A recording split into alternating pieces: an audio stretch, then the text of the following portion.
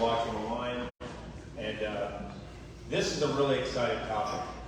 And it's, I was introduced to Peter Lopez and me through our relationship we have in the university area with a group, a Crossover Church. If you're not familiar with Crossover Church, we're one of the largest churches in the university area right off Fowler Avenue. In fact, they just did a big mural on their building. And Pastor Tommy Colonna, young guy, who's a hip-hop artist, poet, and has connections across the globe with young African-American, Hispanic, but it's a very diverse membership. But he meets out and talks to some of the most impressive people in the world about events and things that are going to change the world. Tommy hosts an annual innovation event, and he had Peter Lopez speak. And I'm telling Tommy, hey, you know, I'm writing a book. I've been working on a book about the university. I'm not supposed to call it the university area. It's now Uptown. When I was a county commissioner, they called it something else, Suitcase City. We're not allowed to use that word, so I asked that you delete that. But that's how it was referred to. Oh, you're going to try to put a business up, here? I'm like, yes, right next to the University of South Florida, and Moffitt Cancer, and Advent Health, and Busch Gardens. You got the world's greatest VA hospital. You got the University of Community Development Corporation. Yeah, you got Mosey sitting right there, which is still there. And let me tell you, I met the new director of Mosey. He's going to do some rock star stuff. So there's a lot going on, but then you also have a community that's been there, and it's been growing, and it's been ignored. And when I was a commissioner, I asked an administrator at the time, what are we doing about the university area? What are we doing to lift it up? And what I was told was, well, that's the city's problem. And so, as Bill said, I decided at that moment, I'm crossing the aisle. I'm working with the city. At the time it was Mayor Iorio. I'm going to work with our staff. We're going to lift this area up. And it's people like Peter Lopez and the work that he's doing that makes it possible, because Peter, you talk about non-fungible tokens, NFTs, but he's really talking about empowerment. He's talking about owning your own, whether it's your own history, whatever you're writing, designing. I want to write a book. Other people are artists. They're creators. He's talking about blockchain. He's talking about using the terms that oftentimes you'll hear Zuckerberg and others in Silicon Valley talking about, and making a lot of money. But what about in our Uptown community? Technology that just passes, Hispanic, African American, folks that have been living in the community for a long time, by. And that's when you get this gulf, this divide between rich and poor. You get income inequality. We've got to address it. And so I committed, our organization committed, because this is how we save America. We're going to go into our communities. We're going to tap into this wellspring of young people that are living, in the university area, and they're going to be the next generation that's going to create jobs, write books, start companies, but they have to understand what Peter is going to be talking about. Peter talks the language. He gave a presentation last night at the Rhythm, which is once was the old mall. Now it's a 100-acre research, innovation, technology, habitat, and medicine facility. If you go there, you'll see the construction's going on. We have student housing there. Apartments are coming. The hotels start early January, February of next year. You'll have 2 Marriotts. Sprouts is already breaking ground. We have a green grocer right there. You've got the View Studio. A lot of really cool activity. And Peter came and he wowed the crowd last night. And he agreed to come here and wow you. So with that, I want to thank you, Peter, for being here. Mimi, you're going to be really impressed. Mr. Peter Lopez. I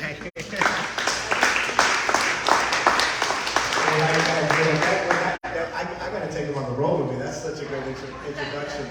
Actually, listen, this right here, this is going to look great, the concept, but I think the coffee I tried here is better than the coffee in Orlando. I don't know what you guys are doing here, but the water is very good. It's an honor to be here. My partner, Mimi's with me. We've published close to 2,000 books over the last 12 years.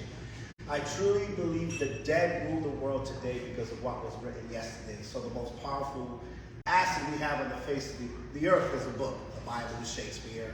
You know, it's shaped the course of history. So being a book publisher is pretty cool because I'll be at the airport and, you know, what do you do for business? And I'll have to decide. Either I'll lie and say I'm in construction, because if I say I'm in the book, I'm a book publisher, someone's going to tell me about their children's book or their book on their life. But it's awesome. Books are awesome. So being in the publishing industry over the last 12 years, I've seen how things have changed and how things have innovated.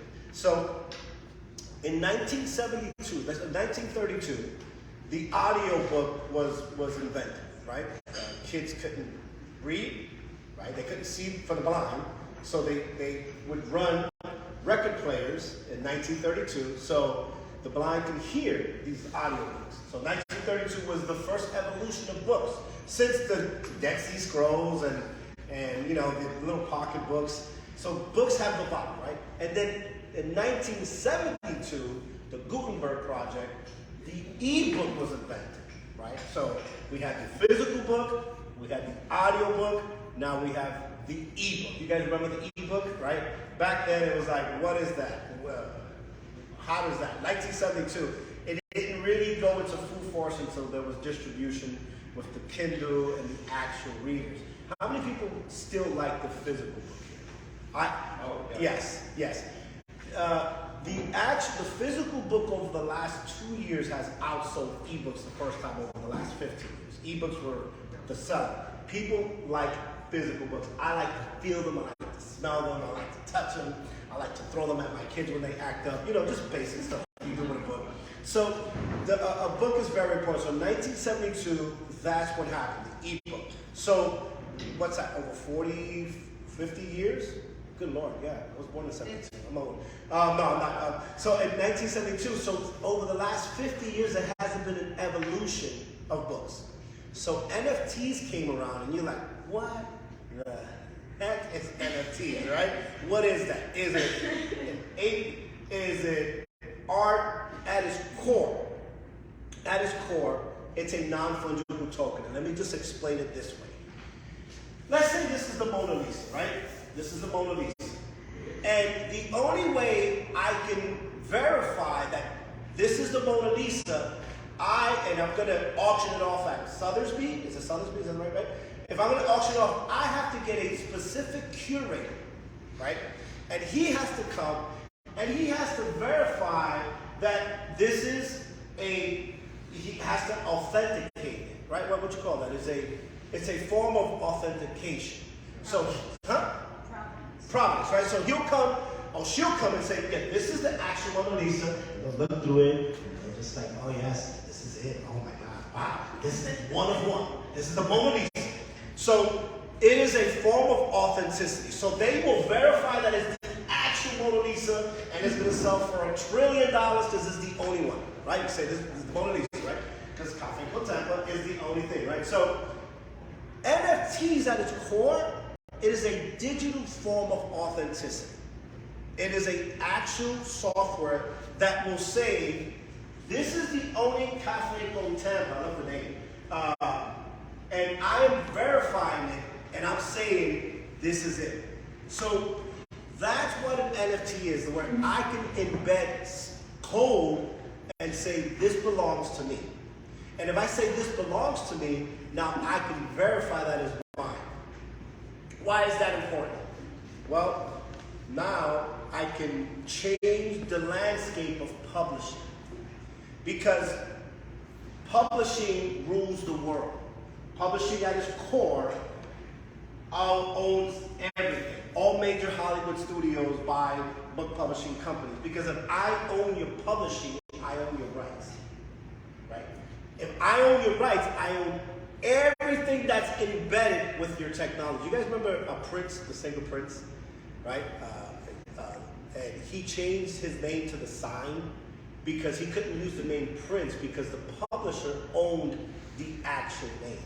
So publishing is the tipping, like it is the spear. So if I own your publishing, I own your rights. And if I own your rights, I own everything. So as a book publisher, what really changed the game and I became very disruptive was I started giving the rights back to the author. Because what publishers do is they say, hey, we're going to publish your book, we're going to give you a 7% royalty, but we're going to go own everything. We're going to own your likeness, your name, your kids, whatever you do in the future, whatever you publish in the future, you have to ask us permission. Oh, no. We don't have to ask you permission. We can do whatever. We can make a movie about you. We can do whatever we want about you, and we just own you. We own your name. So whoever owns your rights owns your life. So I believe what's happening with NFTs right now, you would now control that. Because what happened with the web is Web 1, remember the internet back then, right? You did the whole, like you would just plug in something on a telephone, right? And it was like a 56K, and it would take forever. You guys remember the AOL days? I've been around AOL and Netscape, and you would just like download this picture, and you would just wait. You wait, the picture's coming down, and then I don't remember the sound. You'll go to have some coffee, you come back, and then the picture's halfway, and you're like, yes, I'm gonna see the picture of the turtle. Let's see the picture of the turtle. And then you go and you go shopping, you come back, and it's like, okay, 80% done. And then someone calls, and and the whole thing drops. That's what happened with technology. Web 1, when it first came out, Web 1 was read. All you could do on the internet was read. That's all you could do was read. Web 2 came around, right, about 20 years later, and apparently Al Gore invented the internet, so I guess when he invented it, that's what happened. So Web 2 came around, and now you can read and write. So now you can post blogs, you can post social media, and you can interact. You can read and write, that's all you can do. So Web 1 was read, Web 2 was read and write, right? Where Web 3 is going and what we're talking about is owning, meaning you're going to actually own content and own space in the internet world because, and I wanted to say this is why I get a cease and desist from major publishers, but I grew up in New York City, so they really can't do anything. Facebook, Google, YouTube, they're all publishing companies. We're working for them. We're creating content for them. Right now, this is going on Facebook, and we're actually working for Facebook. I am doing content for Facebook. I'm not doing content for Peter Lopez or Publify.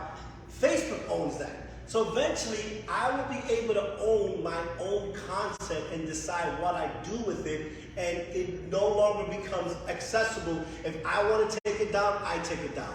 And because you know something, I would tell my kids, be careful what you post, because you can never be able to take it back.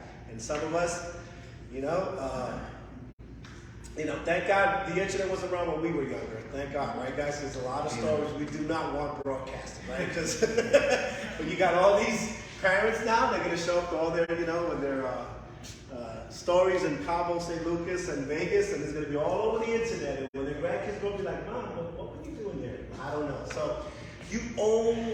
So the key of ownership is this: when you own something, you lay out the rules. Don't you hear this? When you own something, you lay out the rules and you determine what the rules are. Because what's happening now with public domain, they can do whatever they want with your book. You know what I did? I took The Great Gatsby. Remember The Great Gatsby? Great book? I took it. Did whatever I wanted with it. And I published it. And I converted it into an NFT. You know why? Because The Great Gatsby lost their rights. And because they lost their rights, they lost their copyrights. The instant copyright of NFT is I verify as mine. So now my great-great-grandkid can have access and legacy to my ownership. So because The Great Gatsby lost their rights, I took it and I turned it into an NFT. Actually, my partner, one of my, on the NFT crypto side, Jennifer, she's here. So we took The Great Gatsby, we turned it into an NFT, right? NFT at its form is a digital wrap. So it's a publishing wrap, it's minting. So we took that physical book, we put it into like an ebook, then we converted it into an NFT where we embedded a code and said, this is the only book on the internet you can buy. It was sold for $2 and it was resold 17 hours later for $2,300. I don't know why, don't even ask me why. I'm upset because I can't get that money back. And the guy said, well, listen, this is one of the first books published on the metaverse. So I became like an OG, like, wow, one of the originals. It's like, imagine buying Jeff Bezos' first book, right? So that's where I think the internet's going. It's a digital form of authenticity, and why it's changing the world is this. I can now write specific code, and if there's a water well in Uganda, I can say this belongs to me and I'm going to finance it. Or in Peru, I can create farmers insurance and create code as saying it hasn't rained in Peru over the last 6 months, and we're going to mobilize together, and we're going to create all these digital assets, and we're going to say we own that and we're going to finance it. I can actually take an actual real estate transaction, right? What my publishing contract used to be like 30, 40 pages. Because, you know, we're trying to hide stuff back then, right? Now we're very transparent, it's 1 page. But you can take an actual real estate transaction, and you can have 50 pages, and you just with one embedded code, you can press it one time and you own it for the rest of your life. When you pass away, your kids can have the site key, and they don't have to go to any bank, they don't have to go to any insurance company, and they can just say, this is the ownership of this house, and I don't have to go through deed transfer, I don't have to go to the town hall. I can own this, and this is the most powerful thing. This is why we're at war with the institutions. They don't want us to own anything. And that's where I finish. Any questions?